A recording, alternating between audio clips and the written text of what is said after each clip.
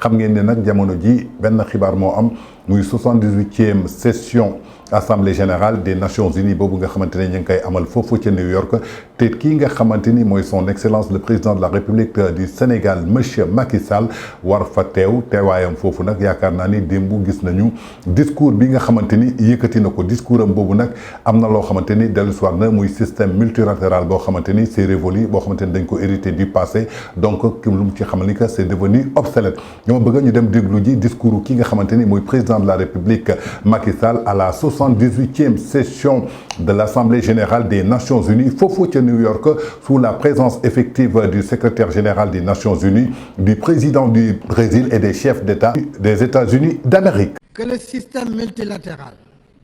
héritage d'un passé révolu, est devenu obsolète. Or, comme l'a justement alerté le secrétaire général Antonio Guterres,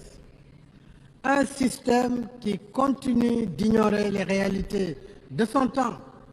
et les besoins de plus de 3/4 de ses membres accentue les inégalités,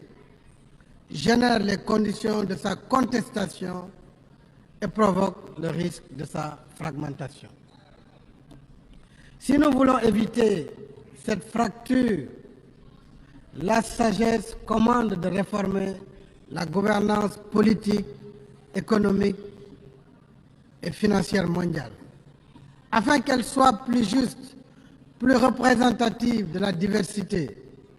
et conforte ainsi sa légitimité. Nous pouvons y arriver si nous mettons la volonté politique nécessaire. Le G20 l'a montré en admettant l'Union africaine comme membre de plein droit. Je remercie vivement les membres du G20 pour leur soutien unanime à cette initiative que le Sénégal avait portée lors de sa présidence en exercice de l'Union africaine. Nous souhaitons que l'exemple d'inclusion ainsi donné par le G20 soit suivi par le Conseil de sécurité et les institutions de Bretton Woods pour un multilatéralisme plus représentatif des intérêts de tous ses membres. De même, le Sénégal reste attaché à la vision des relations internationales apaisées, fondées sur l'égalité, fondées sur l'égale dignité des peuples, des cultures et des civilisations. Le 31 octobre 1961,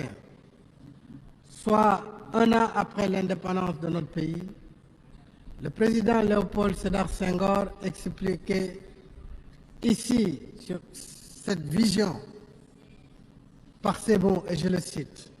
« Une civilisation particulière ne saurait s'imposer seule sans dresser contre elle la majeure partie de l'humanité. » Fin de citation. 62 ans après, notre position reste la même. Entre peuples libres, dont l'histoire et les réalités socio-culturelles sont diverses, il ne peut y avoir de légitimité pour certains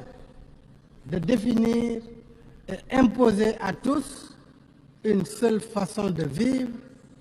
comme un prêt-à-porter civilisationnel. Ce qui va pour les uns ne va pas forcément pour les autres. Ensemble, nous pouvons pratiquer nos valeurs communes. Mais ensemble, nous devons respecter nos différences. Voilà pour le Sénégal ce qui doit forger un universalisme revitalisé, plus ouvert et plus efficace dans la prise en charge des défis de notre temps. Parmi ces défis, il y a l'urgence climatique.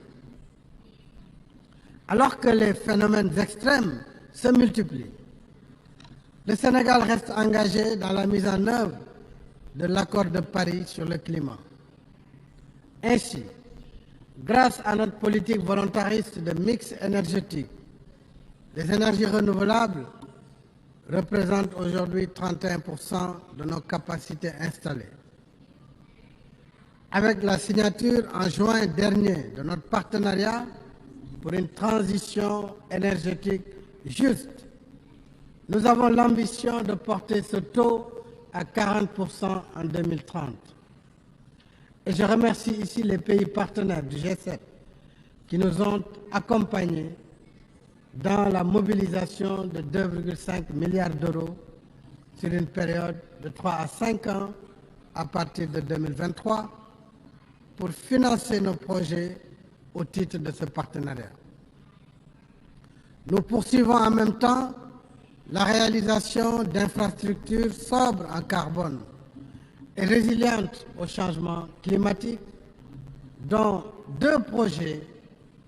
de système de transport de masse, un train express régional et une ligne de bus rapide transit, tous 2 électriques. Avec l'exécution de nos projets nationaux et continentaux, à l'image de la Grande Muraille verte, nos pays sont clairement engagés dans l'action climatique à la hauteur de leurs moyens. Il reste que, pour l'essentiel. kon yaakaar naa ni ñoo déglandoo discours boobu nga xamante ni kii di son excellence le président de la République du Sénégal Macky Sall yëkkati na ko foofu maanaam ci session assemblée générale bu Nations Unies ci New York li mu gën a préciser maanaam mooy système bi nga xamante ni mooy système unilatéral boo xamante ni dañ ko hérité et c'est devenu obsolète maanaam héritage du passé la woon amul woon njëriñ ñu gis taxawaayu président de la République Macky Sall doon avocat de l'Afrique au lieu que mu défendre Sénégal mais je crois que l'Afrique entière la doon défendre foofu ci biir teewaayam foofu ci 78e session générale des Nations Unies le président de la République du Sénégal Macky Sall assisté na ci ouverture officielle bi nga xamante ni amoon na foofu ginnaaw ki nga xamante ni mooy président de la République accompagné d'une forte délégation déroulé na foofu benn programme boo xamante ni chargé na trop suñu sukkandikoo ci loolu gis nañu assistant boo xamante ni amoon na fa avant muy def discours am ginnaaw bi nga xamante ni kii def na discours am muy secrétaire général des Nations Unies bi mu jógee foofu kii nga xamante ni mooy chef d'État Brésil moom aussi def na discours am ginnaaw loolu le chef d'État des États-Unis d'Amérique moom aussi def discours am si biir loolu nag kii di Macky Sall bu mu prononcé ci discours am gis ngeen lu mu fa yëkkati génnee na fa ay plan yoo xamante ni bare na trop génnee na fa ay défense yoo xamante ni maanaam def na plaidoyer daal pour l'Afrique wane na que l'Afrique tey fi mu taxaw ak ni mu toll tey moom bokk na ci président yi nga xamante ni ils ont participé à la démocratie ils ont participé à la stabilité ils ont participé à la liberté d'expression parce que gis nañu ay dëkku Afrique yu bëri tey pour ñu jël pouvoir bi dañuy jaar par armée par coup d'état mais Sénégal wane na tey benn exemple par rapport ak loolu tey suñu xoolee mu renoncé ci deuxième quinquennat bi nga xamante ni waroon na ko amal en 2024 muy prochaines élections yi ginnaaw il avait tenu sa promesse en 2019 il a respecté ça donc il a préféré la stabilité de son pays au lieu que dëkkam di dem ci kaw au lieu que dëkkam tey ay terroristes di fa dugg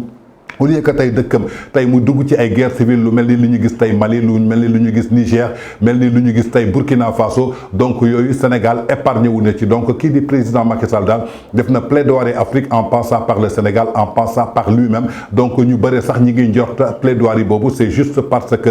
ginnaaw su paree mandat bi dafa bëgg a nekk secrétaire général u ONU ci biir loolu ba tey gis nañu kii di président Macky Sall ginnaaw bu mu prononcé woo ci loolu wax na ni que ginnaaw bu mu renoncé à son second mandat kii di président de la République procédé na aussi ci lancement bi nga xamante ni jëm na ci benn campagne moo xamante ni moo jëm ci panel international de haut niveau sur les investissements surtout dans le secteur de l'eau mu bokk aussi ci thème bi nga xamante ni comblé na lépp loo xamante ni jëm na ci fossé boo xamante ni investir dans l'eau la comme niñ koy organisé par le Sénégal les Pays-Bas la Namibie ak l'Union africaine maanaam 11h13 jotee boobu la amal discours boobu ca salle de conférence bi nga xamante ni mooy numéro 3 en tout cas daal lu ñu leen mën a indil ni que daal mooy kii di président de la République Macky Sall ca teewaayam foofu ci 78e session assemblée générale des Nations Unies bi ñuy amal foofu ci États-Unis d'Amérique plus particulièrement à New York défendre na bu baax a baax li nga xamante ni mooy point yi nga xamante ni kii di Europe kii di Afrique aussi taxawal na ko amal na ko donc moom li ñu mën a jàpp rek maanaam mooy kii di président de la République Macky Sall xamal na ni que daal moom moo doonoon avocat africain dama bëgg a ji seetaani beneen vidéo bi nga xamante ni amal na ko bu mu demee ci panel boobu nga xamante ni séqoon na ko fa maanaam lépp loo xamante ni jëm na ci wàllu ndox jëm ci wàllu investissement ci secteur boo xamante ne dañuy combler investisseurs yi dans l'eau pour ñu accompagner organiser ko par Sénégal ak Pays-Bas ak Namibie ñu seetaani vidéo bi dellu si waat. Thank you very much, President Macky Sall, as well as President Jakarta. More praise this way. Look at you. Yeah. There are so many cameras. Who do we look? kon yaakaar naa ni ñoo seetaanandoo vidéo boobu gis nga leen ñoom chef d'état yi fa nekkoon par rapport ak défense bi nga xamante ni son excellence le président de la république jóg na ko défendre ko tey yaakaar naa ni tey képp kuy sénégalais war nga am fierté ci yow te kuy africain war nga am fierté ci yow par rapport ak la présence le respect avec de la démocratie de la liberté d'expression de la stabilité boo xamante ni kii di président de la république Macky Sall mi ngi ko fay défendre toujours dans votre acte du jour du mardi. Du mercredi du mois 20 septembre 2023 ginnaaw loolu aussi ci participation 78e session assemblée générale des Nations Unies qui dit président de la République du Sénégal son excellence monsieur Macky Sall am na ay échange ak kii nga xamante ni mooy Thomas Bach muy président du comité international olympique discussion bi nag principalement porté wu na sur l'état des préparatifs en vue des Jeux olympiques yi nga xamante ni de la jeunesse yoo xamante ni en 2026 fii ci Sénégal lañ koy organiser moo taxoon ñu teel a pare li nga xamante ni mooy stade maître Abdoulaye Wade bi nekk Diamniadio ginnaaw loolu nag kii di président de la République Macky Sall am na waxtaan boo xamante ni am na ko ak kii nga xamante ni moo jiite comité olympique international muy CIO muy Thomas Bach muy image yooyu nga xamante ni yéen a ngi koy seetaan ci entretien bi la amee woon.